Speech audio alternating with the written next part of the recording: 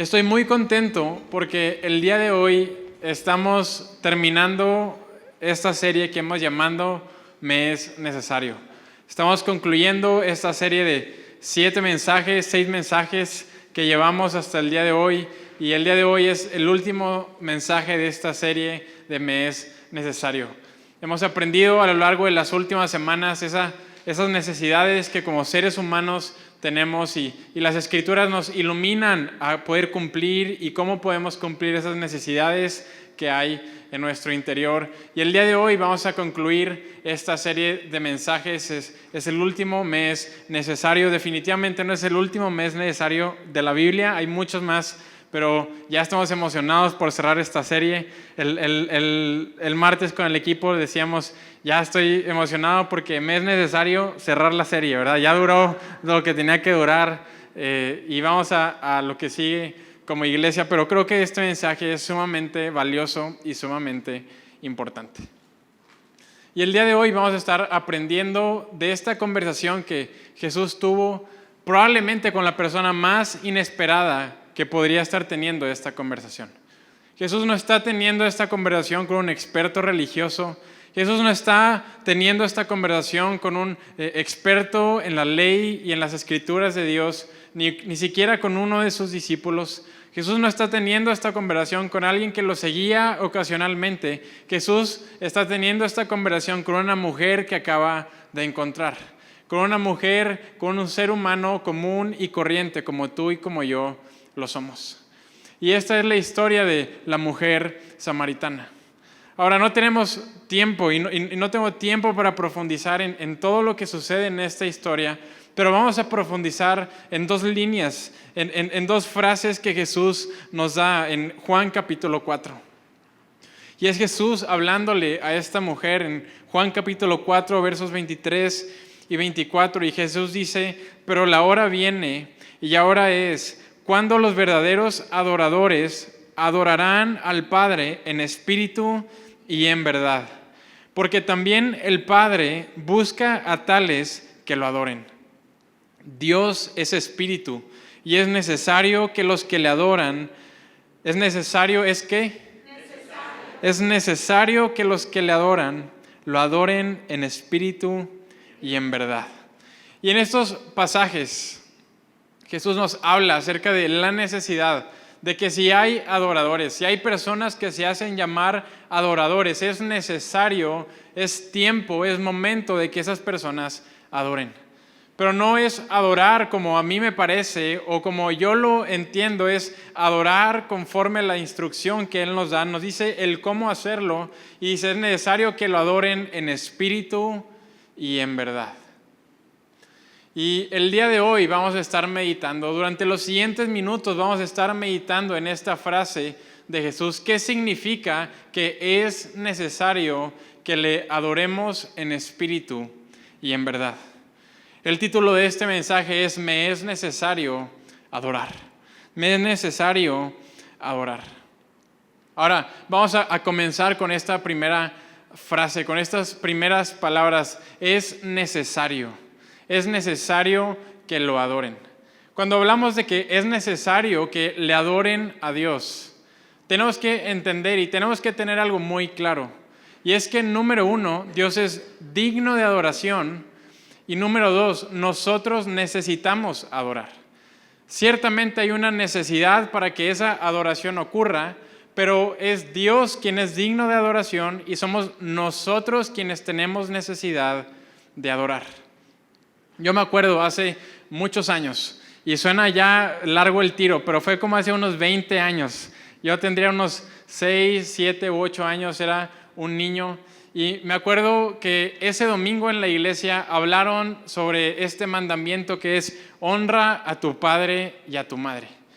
Y me acuerdo que yo, el pequeño Eugenio, escuchó estas palabras y se quedaron en mi mente durante toda esa semana. Y recuerdo que un día entre semana, un día por la tarde, estábamos, mi hermano, mi mamá y yo, estábamos viendo la televisión, estábamos sentados en el sillón y de repente llegó mi papá del trabajo. Y me recuerdo muy bien que llegó mi papá del trabajo y se sentó al lado de mí, a mi lado derecho. Y en ese momento regresó a mi mente estas palabras, honra a tu padre y a tu madre. Entonces el pequeño Eugenio de 7, 8 años comenzó a preguntarse, pues, ¿cómo puedo completar este mandamiento el día de hoy? ¿Cómo puedo aplicar lo que me enseñaron hace unos pocos días en la iglesia? Y mi papá, pues que si lo has visto parado, pues está bastante alto. Y yo era un niño chiquito y él tenía los pies extendidos en el taburete. ¿Y cómo puedo honrar a mi papá? Así que tomé la decisión de ir a hacer ese largo viaje hasta donde estaban sus pies para poderle quitar sus zapatos y ponerle sus chanclas cafés que usaba en ese entonces. No hubo suficiente honra para llevar los zapatos al closet, pero al menos hubo un avance. Y me acuerdo yo estar orgulloso, estoy honrando a mi papá. Conforme fui creciendo, obviamente este sentido de cómo honrar a mis padres fue madurando. Recuerdo estar en la preparatoria en ese primer semestre, donde tengo que admitir que reprobé la única materia que he reprobado en ese primer semestre. Y recuerdo tener este sentimiento de tu papá merece que lo honres. Yo pensaba, es necesario que lo honre con buenas calificaciones. Si Él está haciendo este sacrificio para darme esta educación, y no solamente materialmente, sino Él me está apoyando en mi educación a lo largo de todos estos años, tengo que honrarlo con buenas calificaciones. Ahora es importante notar esto. Mi papá es digno de que yo lo honre, pero yo soy el que necesita sacar buenas calificaciones. Porque si yo soy el que saca malas calificaciones, si yo soy el que reprueba, yo soy el que se queda sin estudiar. Mi papá es digno de que lo honre, pero yo necesito honrarlo con buenas calificaciones. Él ya se graduó. Él ya salió de la escuela hace más años que yo. De la misma manera, Dios es digno de que lo honremos. Él no necesita adoración, pero nosotros necesitamos adorarlo. A lo largo de los años he escuchado este comentario: si tu Dios es este Dios que necesita que lo adoren, que constantemente necesita que le canten los domingos y que le digan lo bueno que Él es, pues como que tu Dios tiene un poco de problemas de ego y de soberbia. Yo no quiero seguir a ese tipo de Dios. Pero no. Dios es digno, pero nosotros somos los que necesitamos adorar a Dios. Somos nosotros los que tenemos la necesidad de adorarlo, de ponerlo en ese lugar más alto, en ese lugar de honra, en donde el resto de nuestras vidas puede ser alineadas conforme a ese compás, conforme a esa brújula. Es necesario que le adoren en espíritu y en verdad. Y es necesario, ¿y qué es necesario? Que le adoremos. ¿Qué es la adoración? Quizás si has venido un tiempo a la iglesia, escuchas estas palabras y escuchas adoración, y escuchas alabanza, escuchas exaltación. ¿Y qué significan? ¿Cuál es la diferencia entre estas palabras? A veces las usamos como sinónimos y no tiene gran problema, pero si vamos al detalle, ¿qué es la diferencia entre adoración y alabanza, por ejemplo? Adoración es un estado constante de honra a Dios. La adoración es un estado constante de honra a Dios. Constantemente lo honramos con nuestros pensamientos, con nuestras emociones y con nuestras acciones. Podríamos comparar la adoración. ¿A qué se parece la adoración? La adoración que le debemos dar a Dios se parece al amor que un esposo le tiene a su esposa. Un esposo toma la decisión, hace ese juramento de amar a su esposa hasta que la muerte lo separe, toma ese juramento de honrarla, de ponerla en ese lugar especial. Y el esposo decide amar a su esposa. No es un sentimiento, es una decisión. Y el amor está siempre. La ama cuando están juntos, pero la ama también cuando cada quien está en su trabajo. La ama cuando conversan entre ellos, pero también la ama cuando cada quien platica con personas distintas. La ama cuando todo está bien y todo va fluyendo, pero también cuando las cosas están un poco ásperas y hay acuerdos que hacer. El amor no se detiene, el amor es constante. De la misma manera, nuestra adoración a Dios no tiene un comienzo y no tiene un fin. La adoración a Dios tiene que ser un estado constante, un estado perpetuo de honra a Dios con nuestras vidas. A diferencia de la adoración, ¿qué es la alabanza? La alabanza es la expresión de ese amor. ¿Cuántos saben que no es suficiente amar? No es suficiente que ames a tu esposa, que ames a tus hijos, que ames a tus padres o a tus hermanos. Es necesario que se los digas. Es necesario que lo expreses. No es necesario, no es suficiente con que ames y des tu vida. Es necesario que lo expreses y que digas, no solamente yo actúo en amor, sino yo te amo. ¿Cuántas palabras de amor no hacen falta en nuestras familias?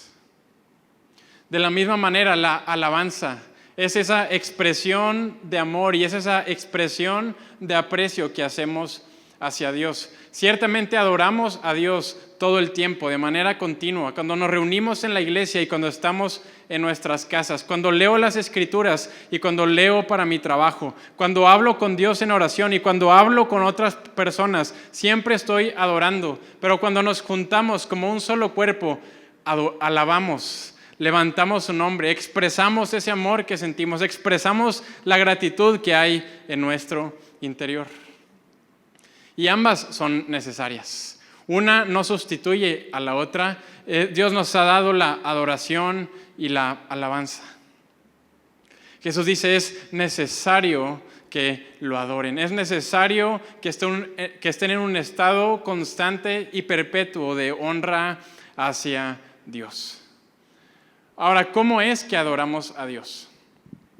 Si sabemos que tiene que ser un estado de honra constante, ¿cómo podemos adorar a Dios? ¿Cómo se adora a Dios? Y de aquí podríamos sacar otra serie de mensajes, pero me voy a limitar a una característica de cómo es que debemos de adorar a Dios. Y esta característica está presente en toda la Escritura, desde Génesis hasta el Apocalipsis, desde el inicio hasta el final.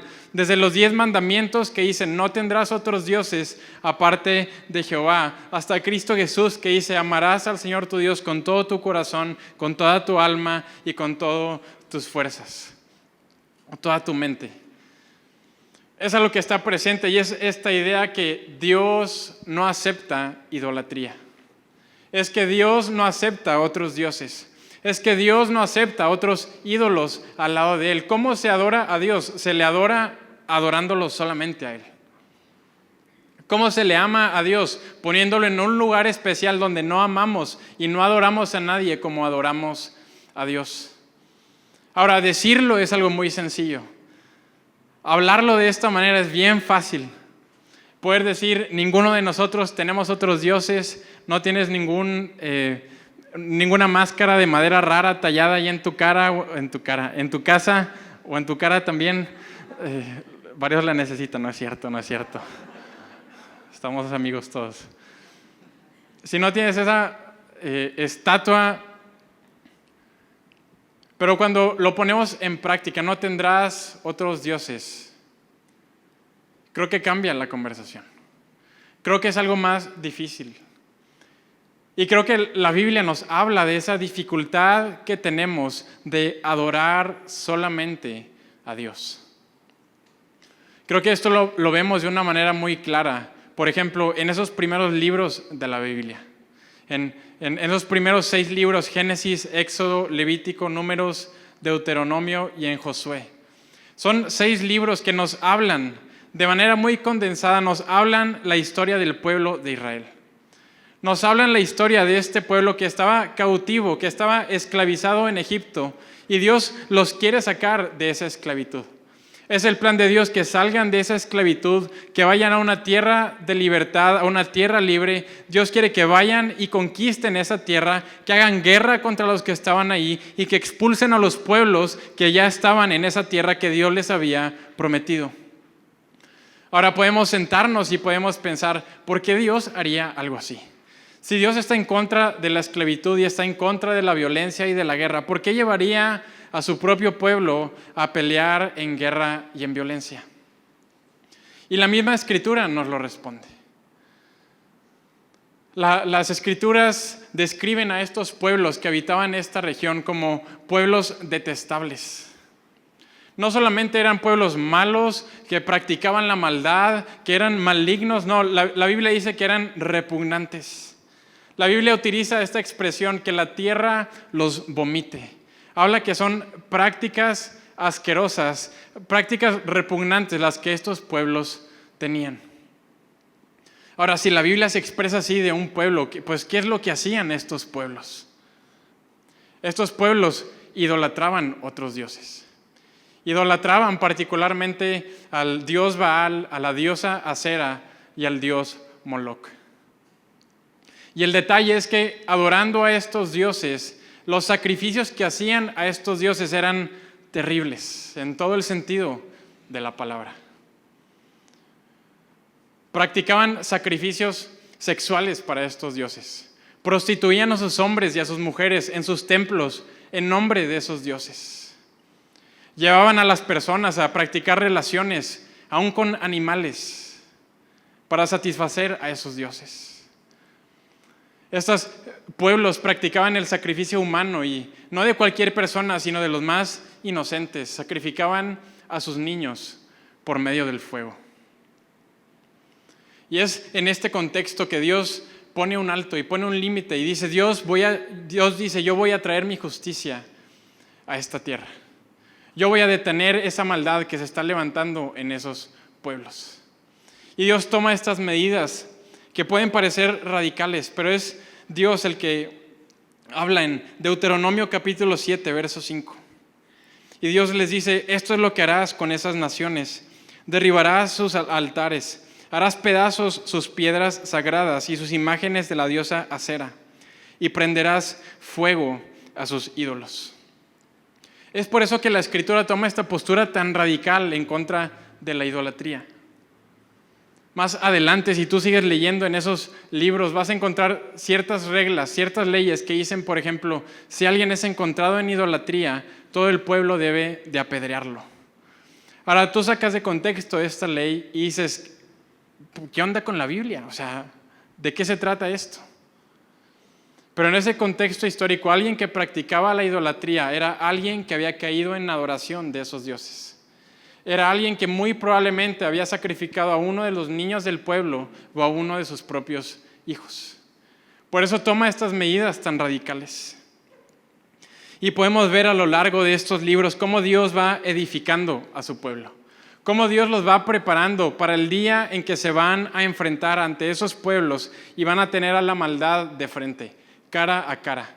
Y podemos ver a Dios edificando al pueblo, invirtiendo en ellos, sembrando. Les da instrucciones, les da ley tras ley, les da instrucción tras instrucción. Les va diciendo cómo deben de vivir, cómo deben de tratarse los unos a los otros, cómo deben de honrar a Dios, cómo deben de tratar a los otros pueblos. Dios los va preparando, comienza a preparar un ejército entre ellos mismos. Comienza a levantar príncipes y comandantes y se levantan líderes del ejército. Dios los prepara y durante 40 años se preparan. Durante 40 años de prueba en el desierto, Dios los va preparando para ese momento. Y llega el día en que se cumple el momento de empezar la guerra. Y comienzan estos discursos militares, estos discursos de no temas ni desmayes, que Jehová tu Dios estará contigo. Esfuérzate y sé valiente. Dios entregará a tus enemigos en tus manos. Grandes naciones caerán delante de ti, porque Dios los pondrá ante tus pies. Conquistarás territorio y no te lo podrán quitar. Y comienzan las campañas militares de Josué.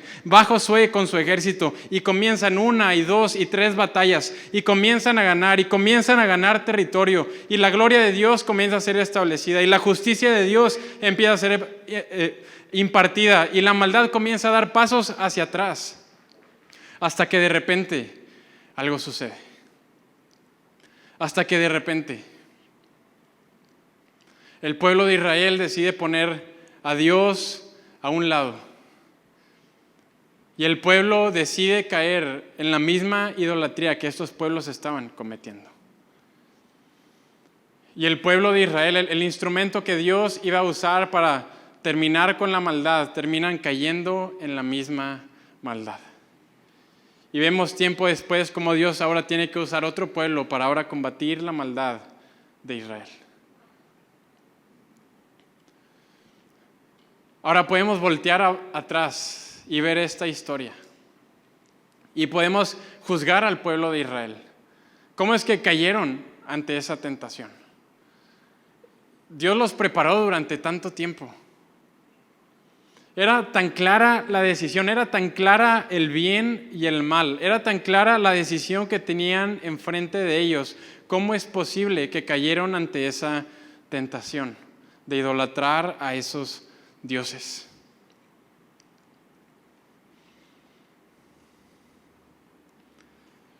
Y la respuesta es bastante sencilla de cómo fue que cayeron. El pueblo de Israel no fue vencido en batalla. No fueron vencidos en medio de la lucha. Fue a través de la seducción y fue a través de la sensualidad que estos pueblos lograron convencer y vencer a Israel. Dice la historia que estos pueblos enviaron a sus mujeres de manera sensual para ofrecerla a los hombres de Israel y los terminaron convenciendo de adorar a estos dioses.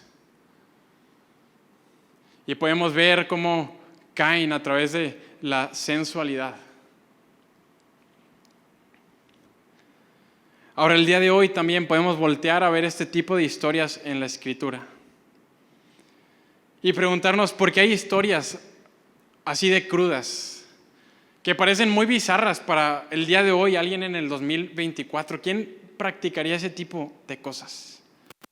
Pueden parecer historias exageradas, dramáticas, pero creo que son historias tan realistas, pues hablan de nuestra condición humana. Estas historias hablan, denotan de cómo tenemos una decisión tan clara frente a nosotros, pero por algún motivo cuando estamos en medio de esa decisión las líneas parecen borrarse y cada vez caemos por el mal camino. Estas historias denotan, quizás de una manera exagerada, cómo hay dos caminos tan claros, pero en medio de esa batalla, en medio de ese lugar de decisión, se borran las líneas y caemos una y otra vez en esa conducta, en ese acto, en ese pensamiento, en esa emoción que nos ha destruido a nosotros mismos y aún a nuestras generaciones. Ahora, sé que no siempre sucede así, pero en muchas ocasiones es tan obvia la decisión que tienes que tomar. Es tan clara cuál es la decisión correcta, pero también es muy fácil identificar cuál de las dos te va a causar un placer inmediato. ¿Debería de construir y edificar el hogar, la esposa y los hijos que tengo, o debería de abandonar a mi familia? ¿Debería de serle fiel a mi palabra y a mis promesas, o debería de romperlas y mentir? ¿Debería de cortar ese vicio que me está destruyendo por dentro, o debería de escoger ese mismo placer que me destroza? Son decisiones que cuando los vemos de manera fría parecen tan claras, pero cuando estamos en ese momento parecen tan difíciles. Ahora, eso tal vez tú ya lo sabías. Es algo que has vivido durante mucho tiempo. No te estoy platicando algo nuevo, algo que sucede en tu interior. Pero en este punto del mensaje no estoy intentando informarte, estoy intentando pedirte que te levantes como ese hombre y esa mujer de guerra, que como Deuteronomio dice, se levanta para destruir esas imágenes, para quemar esos dioses, para destruir aquellos ídolos que lo han atormentado durante tanto tiempo.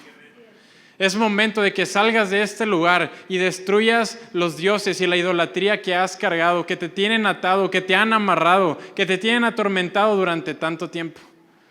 Ahora, tal vez tú dices, yo no tengo esos dioses, yo no practico idolatría, pero si hay algo que te domina, si hay algo que domina tu cuerpo, si hay algo que no puedes dejar de hacer, que sientes cierta adicción por ello, eso te está dominando, estás rindiéndote delante de esa práctica. Si hay algo que domina tus emociones, si hay algo que domina tu manera de ser, si es una comida, si es una práctica, si es un vicio, si es el alcohol, las drogas, la pornografía, si es alguna relación. No sé cómo se va a ver para ti, pero tienes que salir de este lugar dispuesto a destruir a esos ídolos y a esos dioses. Tal vez se va a ver eliminando un contacto de tu celular.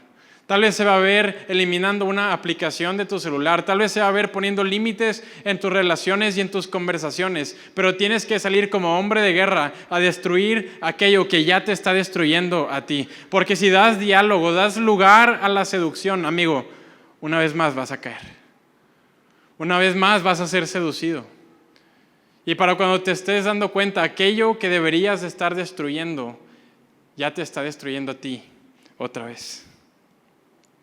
Jesús dice, es necesario que lo adoren en espíritu y en verdad, pero para adorar a Dios es necesario destruir todos los demás dioses y todos los demás ídolos que hay en nuestras vidas. Es necesario que lo adoren en espíritu y en verdad. Adorar solamente a Dios. Ahora, ¿qué significa este último fragmento, esta última parte? Adorar en espíritu y en verdad.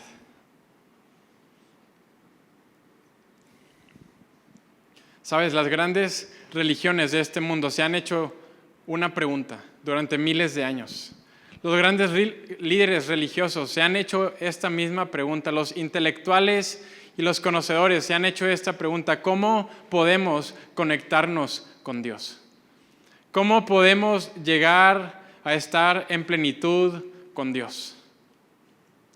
Y cada cultura, cada religión tiene una respuesta distinta. Es a través de este sacrificio o de este ritual o de esta ceremonia. Es a través de estos actos morales. Pero después de miles de años de preguntarnos, Jesús da esta respuesta a la persona más inesperada.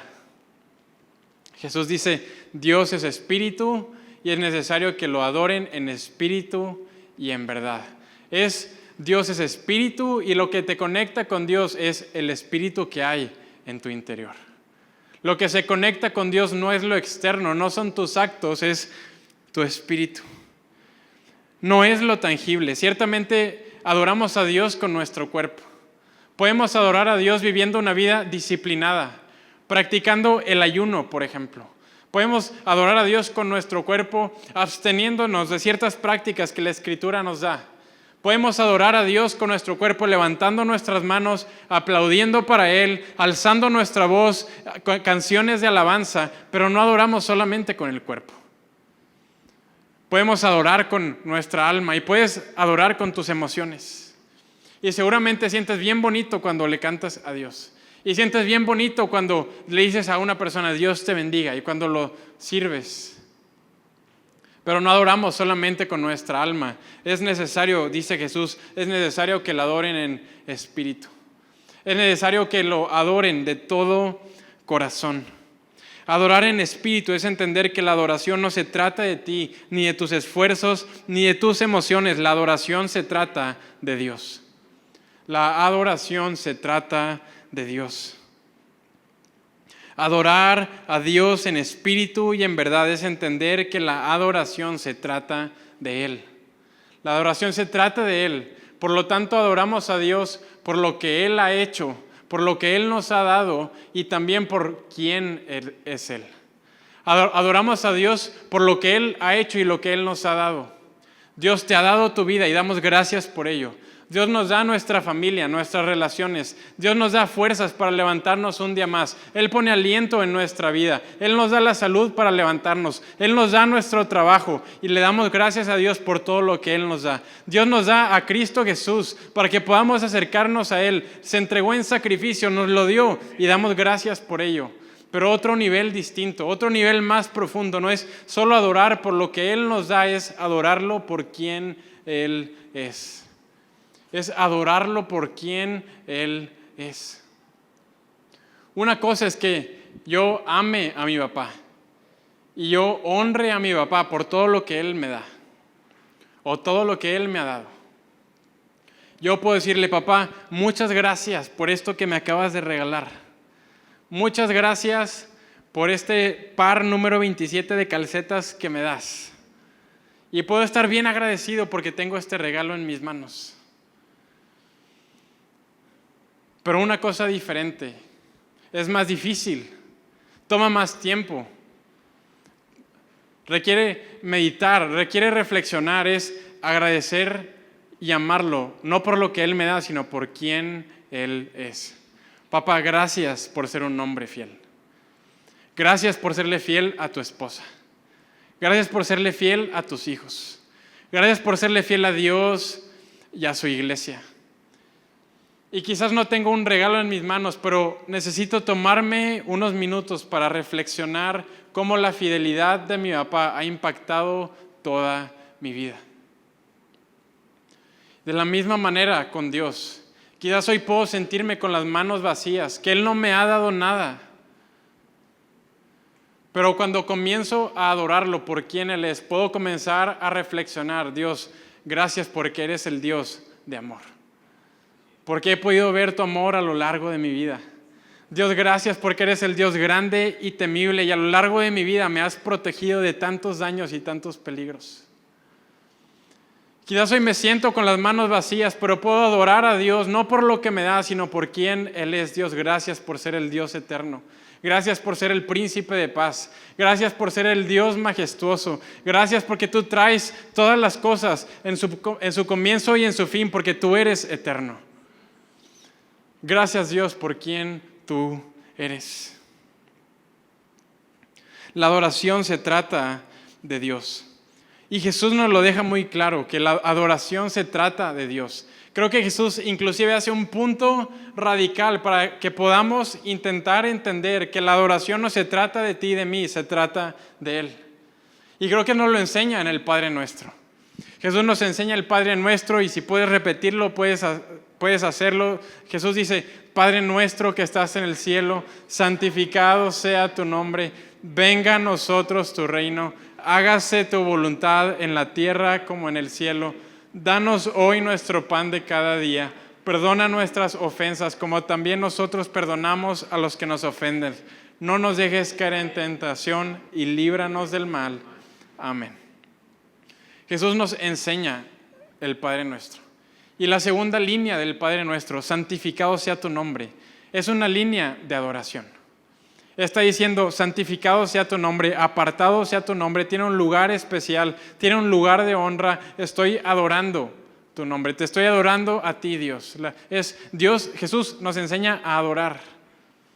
Y es hasta 4 líneas después: santificado sea tu nombre, venga a nosotros tu reino, hágase tu voluntad en la tierra como en el cielo. Danos hoy nuestro pan de cada día. Y hasta la 4ª línea: perdona nuestras ofensas.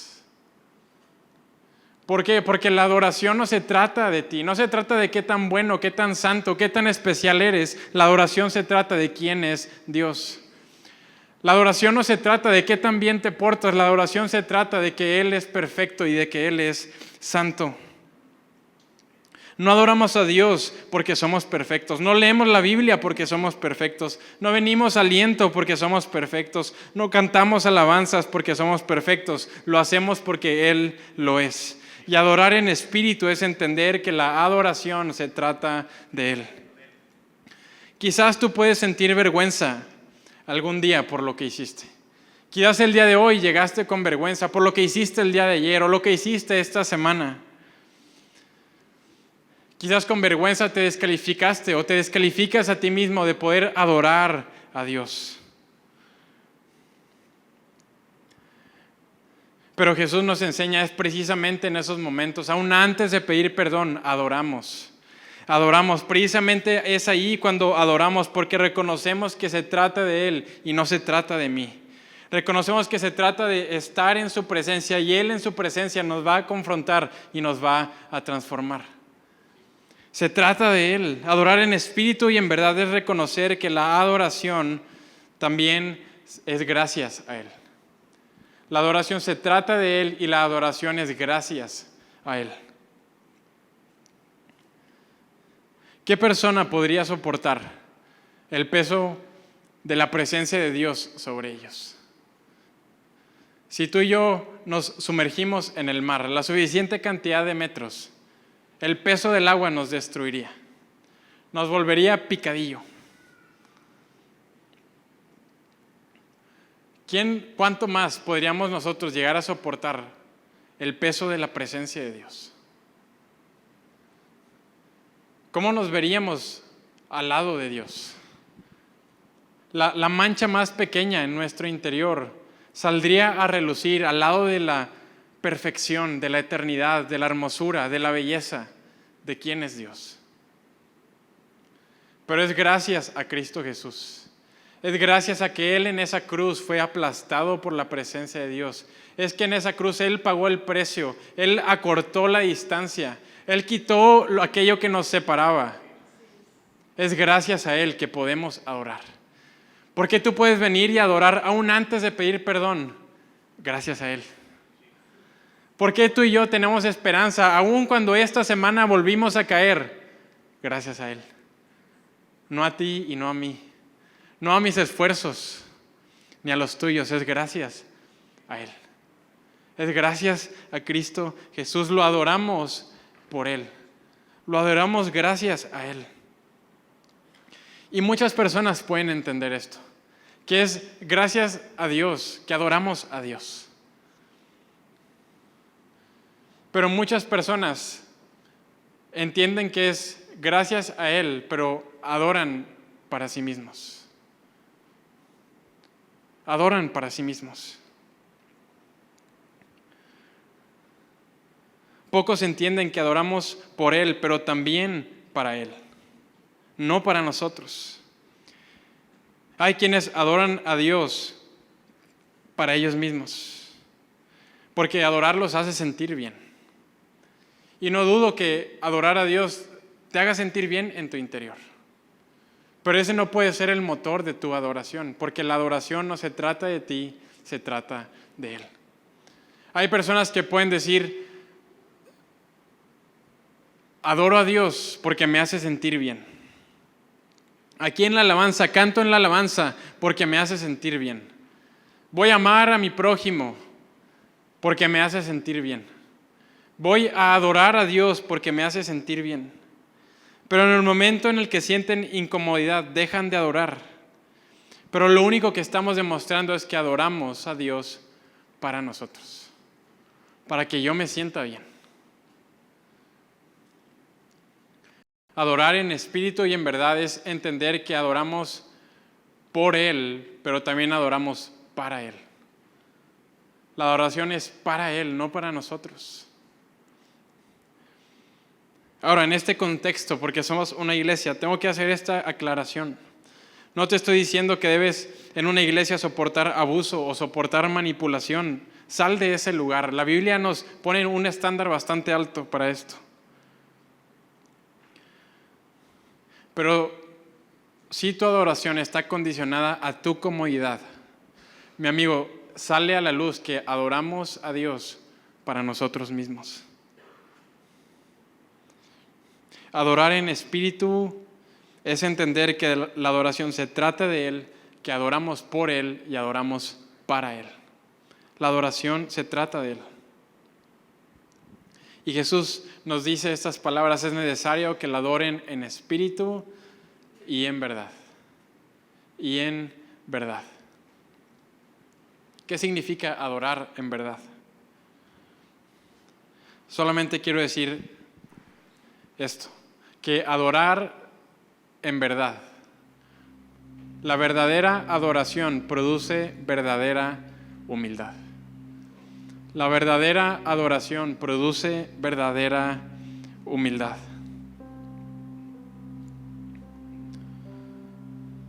El mayor enemigo de la humildad es la soberbia. El mayor enemigo de una familia unida es la soberbia. El mayor enemigo de una iglesia unida, de una empresa, de un equipo de trabajo, de un grupo de amigos, el peor enemigo es la soberbia.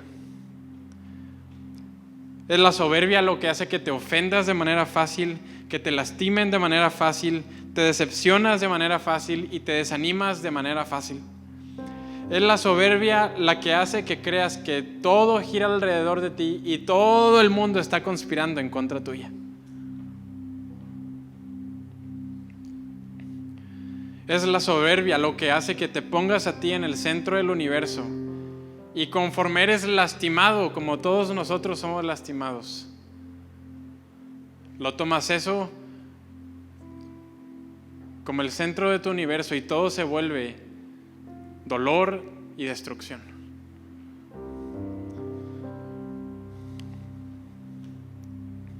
Vivir una vida con soberbia hace que te ofendas y te tomas tan personal lo que sucede a tu alrededor. La soberbia te lleva a que vivas una vida cínica, una vida llena de cinismo, de apatía. Pues si todos están en contra mía, porque todos me lastiman adrede, pues ¿para qué me involucro? ¿Para qué edificar a mi familia? ¿Para qué invertir en mi esposa, en mis hijos? ¿Para qué invertir en mi iglesia? ¿Para qué invertir en mi trabajo? ¿Para qué invertir en aquellos que conozco? Si todos están en contra mía.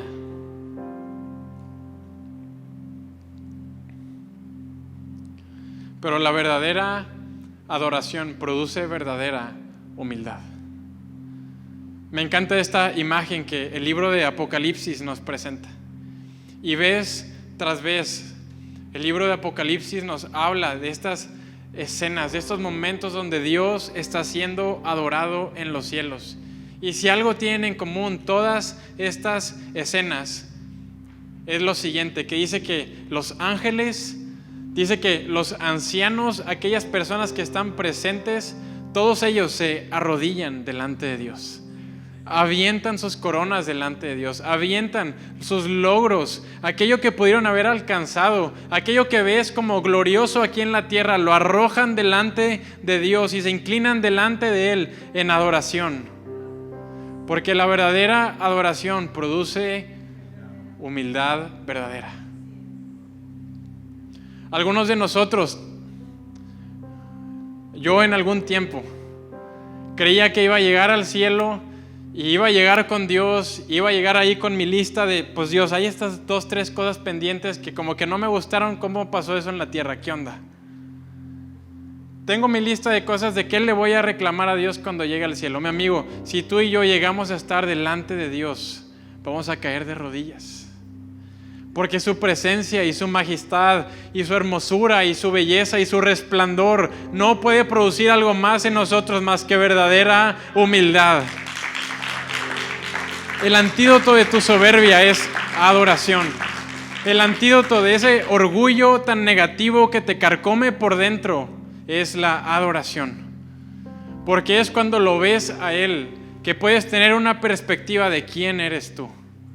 Es cuando ves a tu Creador que puedes comenzar a entender la creación. Y las cosas se ponen en perspectiva. Y regresamos al inicio, es por eso que es necesario que nosotros lo adoremos. Porque cuando lo adoramos a Él podemos tener esa perspectiva correcta de quiénes somos. Y una verdadera adoración produce una verdadera humildad en nuestro interior.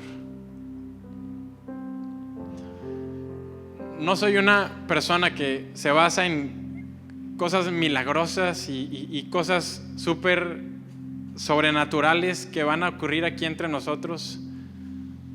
Pero si algo va a transformar tu vida, es la adoración.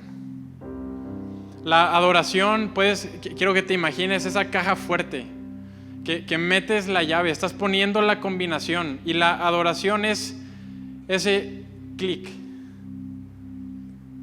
que abre todos los cerrojos. Todo aquello que está detrás, todo comienza a alinearse porque se apuntó en la dirección correcta. La adoración en tu vida y en mi vida es ese primer paso que poniéndolo de manera correcta alinea todo nuestro ser. La adoración es ese norte en la brújula que Dios nos da para poder guiar el resto de nuestras vidas. No te voy a decir que tu vida va a ser perfecta, que no vas a sufrir, que no vas a pasar dificultades, pero lo que sí te puedo asegurar es que una vez que dedicas tu vida a Dios, que comienza un estado continuo y perpetuo de honra hacia Dios, tu vida comienza a alinearse. Todo cae en su lugar. Cuando pones al más alto en el lugar más alto, cuando pones al merecedor de la honra en el lugar de honra, cuando le das la alabanza a aquel que es digno de la alabanza, entonces todo comienza a alinearse. Mi deseo y mi oración el día de hoy es que puedas salir de este lugar, que puedas salir como ese hombre y esa mujer de guerra que se levanta y destruye los ídolos, que destruye los dioses que durante tanto tiempo te han acechado, que han destruido aún a tus familiares, que han destruido hacia arriba a tu familia y que tú sabes que pueden destruir hacia abajo. Que salgas de este lugar decidido, con sangre fría, con una vista clara de cuál es la decisión que tienes que tomar, porque mi amigo, si esperas a decidirte allá afuera, ya perdiste la batalla. Y Dios nos llama a adorar en espíritu y en verdad.